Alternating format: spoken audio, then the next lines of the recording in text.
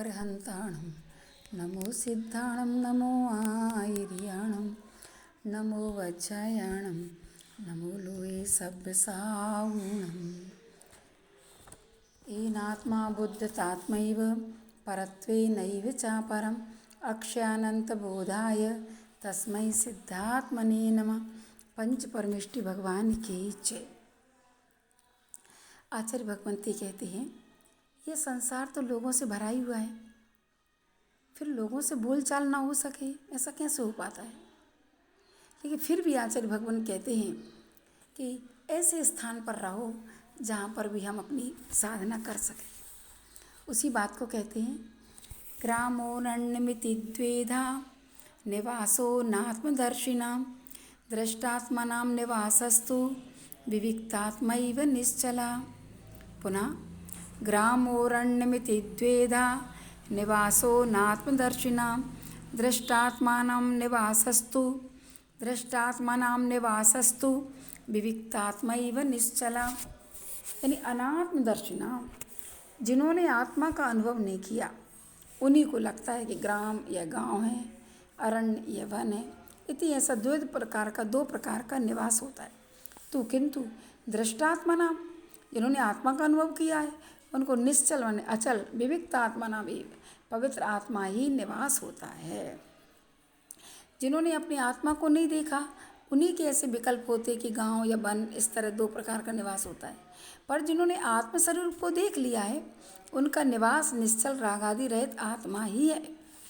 देखो, कितने ही पुरुषों का ग्राम में रहते हुए विराग का अभाव होने से चित्त में अविक्षिप्त दशा देखी जाती है। कहा भी है, विरक्त के लिए स्त्री तृण के समान है। और कितने ही जनों का चित्त राग भाव के कारण जंगल में भी विक्षिप्त देखा जाता है। कहा है, रागियों को वन में भी दोष उत्पन्न होते हैं। तो कितने ही जीवों को ग्राम में रहने पर भी रागादि के कारणभूत नौ कर्मों की बहुलता से चित्त में विक्षिप्तता होती है। कहा भी है, दोष और गुण संसर्ग से होते हैं। संसर्ग जा दोष गुणा भवन्ति। संसर्ग से दोष भी आते हैं और संसर्ग से गुण भी आते हैं। अच्छे लोगों का संसर्ग रहेगा तो गुण आ जाते हैं, और बुरे जनों के संसर्ग रहा तो दोष आ जाते हैं।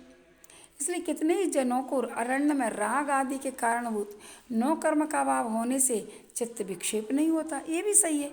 दोनों बातें अपनी अपनी अपेक्षा से सही हैं। कहा कि एकांत, निराकुल, वन और सदन में सामायिक होती है।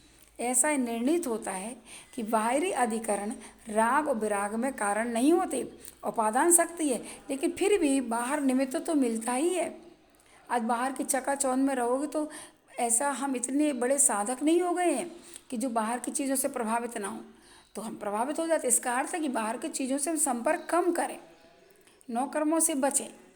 और कई बार जब निमित्त ना भी मिले और कर्म की तीव्रता हो तो भी कर्म परिणाम बिगड़ सकते हैं।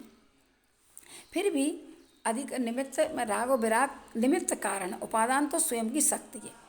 कार्य की निष्पत्ति में अधिकरण की सहकारिता उपादान कारण के समर्थ होने पर होती है।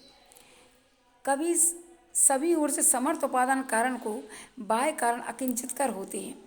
जैसे मान लो हमारी आत्मा उपादान शक्ति हो, बाहर कितने ही कारण मिलते रहें लेकिन कोई प्रभाव नहीं डाल सकते, और हमारा उपादान कारण कमजोर हो तो बाहर का थोड़ा सा भी निमित्त हमारे मन को चलायमान कर देता है। तो अपनी अंतरंग की शक्ति समर्थ होना चाहिए। तो कहा है कि हे भगवान, आपके मत में अध्यात्म वृत्ति वाले को केवल अंतरंग कारण ही कार्यकारी होता है। बहिरंग तो निमित्त कारण है, लेकिन कई बार बिना निमित्त के भी कार्य नहीं होता। स्मरण में भी कोई निमित्त आ जाता है तो भी अंतरंग की परिणति विकृत हो जाती है। इसलिए आचार्य भगवंत कहते हैं कि ऐसे निमित्तों से दूर रहें, ऐसे संसर्गों से दूर रहें और अपनी उपादान शक्ति को व्यवस्थित रखें। आत्मा को देखने का तात्पर्य यहाँ पर आत्म अनुभव से है। केवल ज्ञानी के समान वर्तमान में प्रत्यक्ष रूप से आत्मदर्शन की उपलब्धि नहीं होती। आचार्य भगवंत ने कोविद दीक्षा साहु, ऐसा कौन सा बुद्धिमान है जो तुम्हें बता दे हाथ पर हथेली पर रख कर के ये आत्मा है? कोई नहीं बता सकता। तो बीतराग निर्विकल्प समाधि के समय जो ज्ञान स्वसंवेदन प्रत्यक्ष का है, वह इंद्रियों मन के व्यापार से उत्पन्न संकल्प विकल्पों से रहित होने का नाम प्रत्यक्ष है। इसी को दृष्टात्मा कहा है। सर्वथा आत्मा प्रत्यक्ष नहीं होता, क्योंकि वर्तमान में छाया उपसमिक भाव श्रुत ज्ञान रहता है, इसलिए श्रुत ज्ञान के माध्यम से ही जानता है। इसी को आचार्य भगवान ने कहा था, ऐसा कौन बुद्धिमान साधु है जो वर्तमान में परोक्ष ज्ञान में प्रविष्ट इस रूप को प्रत्यक्ष रूप से इसी मैंने देखा है, ऐसा नहीं कह सकता। इस प्रकार का ही अर्थात कोई नहीं कह सकता। कहने का मतलब है कि ऐसे हथेली पर रख कर के कोई तुम्हें नहीं बता सकता।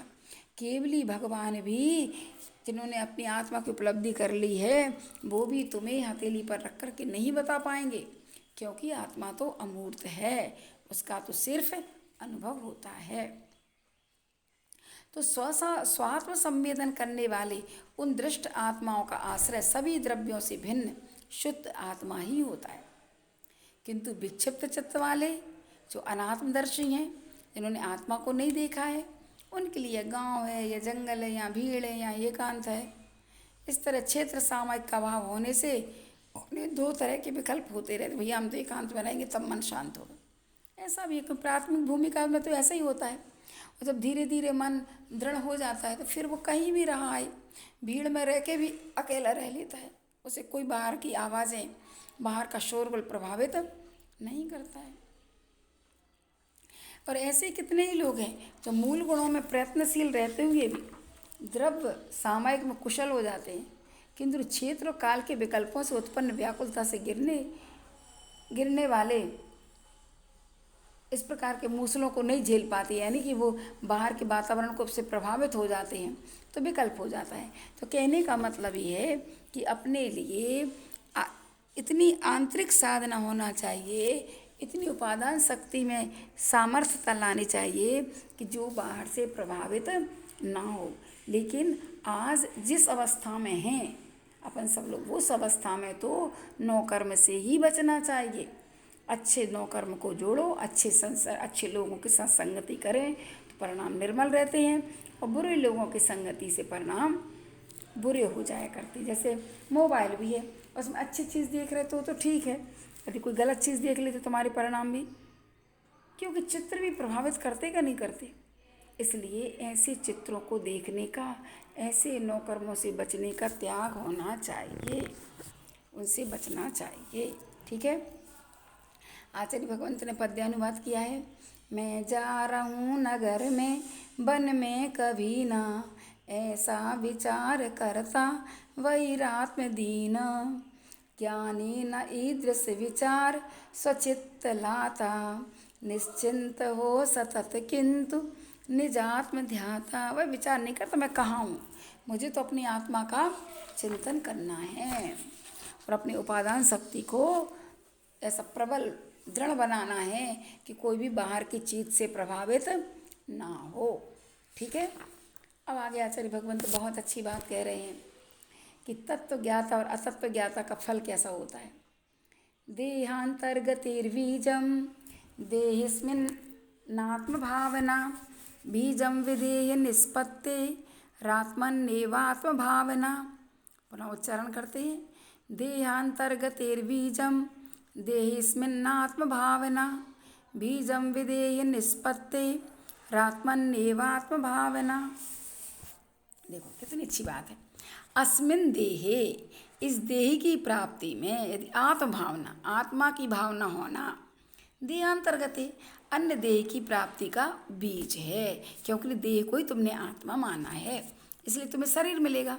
और आत्मा नहीं, ये आत्मभावना, आत्मा में ही आत्मा की भावना होना, विदेह निष्पत्ति, देह रहित आत्मा की प्राप्ति का बीज है, कारण है। अपने कौन सा बीज डालना है? बार बार देह मिले उसका बीज है कि देह से रहित होने का बीज डालना है? तो यहाँ पर आचार्य भगवंत कहते हैं इस देह में आत्मा की भावना करना तो अन्य देह की प्राप्ति का कारण है, और आत्मा में ही आत्मा की भावना करना मुक्ति की प्राप्ति का कारण है। तो अपने देह में आत्मा की भावना नहीं, आत्मा में ही आत्मा की भावना करेंगे कि आत्मा ही मैं हूँ और मुझे उस आत्मा को ही शुद्ध करना है और कुछ नहीं करना है। देखो, पूर्व भव में बांधी गई आयु कर्म से परतंत्र, ऐसा अनुपचरित असद्भुत व्यवहार न इसके विषयभूत इस देह में आत्मभावना ही अन्य देह की प्राप्ति का बीज है। पुनः देह से देह का ही उत्पन्न होगी। और शुद्ध निश्चय नय के गोचर आत्म तत्व को छोड़कर विपरीत नय के विषयभूत इस देह में यह मैं हूँ, इस देह में यह मैं हूँ, इस प्रकार का संकल्प ही देहांतर की प्राप्ति का मूल बीज है। अब देखो, शुद्ध निश्चय नय के गोचर आत्म तत्व को तो छोड़ दिया हमने, उसके विपरीत नय से यानी अशुद्ध निश्चय नय से ये मैं कह रहा हूँ इस देह में यह मैं ही हूँ, शरीर ही में है। तो नियम से तुम्हें पुनः शरीर मिलेगा। मालूम आचार्य श्री बहुत अच्छी बात कहते थे, जो आजकल अपने घरों में जहाँ जाओ वहीं पर दर्पण लगा रहता है, दिन भर अपने चेहरे को ही देखते रहते हैं, दिन भर अपने तन का ही श्रृंगार करते रहते हैं, 24 घंटे तन के श्रृंगार में निकालते हैं। तो मालूम है अभी तो मनुष्य शरीर मिल गया, अब आपको पुनः सुंदर सुंदर शरीर की भावना भार है ना देह की, तो अब अच्छे अच्छे देखते रहते अपने रूप को, तो वहाँ तुम्हें निगोद में पहुँचा देंगे। वहाँ एक श्वास में 18 बार जन्म 18 बार मरण करो, बहुत शरीर मिलेंगे नाना प्रकार के, भोगो, क्योंकि तुमने देह की भावना तो भाई थी। इसलिए शरीर को उतना ही रखो मतलब सामने कि ठीक है एक बार देख लिया। अब दिन भर तुम दर्पण को ही देखते रहो, जहाँ से निकलो वहीं पर तुम्हें अपना चेहरा दिखाई दे रहा है। मतलब कितने तुम तन में आसक्त हो गए हो, प्रतिपल तुम तन को ही सब कुछ मान रहे हो। देखो आचार्य तीर्थंकर शांतिनाथ भगवान को तो दर्पण में देख करके उन्हें एक दूसरा चेहरा दिखा, तुरंत दीक्षा ले ली थी। ओहो, एक सफ़ेद बाल को देख के दीक्षा ले ली थी। और अब तो पूरे सफ़ेद हो जाए तो भी वैराग्य नहीं आ रहा, डाई करवा करके काले कर रहे। बताओ, समझ में नहीं आता कितनी देह के प्रति आसक्ति, ये पता चलता है शरीर के सजाने से पता चलता है कि हम देह में कितने आसक्त हैं। भोजन से पता चलता है कि हमारी रसना इंद्र कितनी बस में है, कितनी आसक्ति है, स्पर्शन इंद्र कितनी बस में है। अपने आप पता चल जाएगा कि मेरी परिणति कैसे हो रही है। इस प्रकार जो मूल बीज है जिसे अज्ञानी जीव बोता है, और जो बोएगा वही तो काटेगा। यदि हमने देह का बीज बोए तो देह मिलेगी, और विदेह का बीज बोला तो विदेह मिलेगी। और तत्व ज्ञाता शुद्ध नय के विषयभूत निर्विकल्प शुद्धात्म ध्यान वाले आत्म तत्व में ही आत्म भावना करता है, इसलिए देह रहित आत्मा की प्राप्ति का बीज बोता है। और अपनी आत्मा का ध्यान होने से कर्म का नाश हो जाता है, जिससे संसार की स्थिति का छेद हो जाता है। तो इसलिए अपने को देखो, कभी सोचा बीज से वृक्ष और वृक्ष से बीज, दोनों हमेशा कि बीज पहले कि वृक्ष पहले, कोई नहीं बता सकता, क्योंकि वृक्ष से बीज मिलता है और बीज से ही वृक्ष होता है। तो आचार्य भगवान कहते हैं कि यदि बीज को तुम जला दो तो फिर कभी वह वृक्ष की उत्पत्ति नहीं कर पाएगा। तो बीज को जला दो, ऐसे कर्म रूपी बीज जल जाएंगे तो फिर पुनः कर्म हमारी आत्मा में ग्रहण को प्राप्त नहीं होंगे। तो यही बात बता रहे हैं कि दग्धे बीजे यथात्यंतम प्रादुर्भवति नांकुरा कर्म बीजे तथा दग्धे न रोहति भवांकुरा। जिस प्रकार पूर्ण रूप से बीज के जल जाने पर अंकुर की उत्पत्ति नहीं होती, उसी प्रकार कर्म रूपी बीज के जल जाने पर संसार रूपी अंकुर की उत्पत्ति नहीं होती है। इसलिए हमें कर्म रूपी बीजों को जलाना है।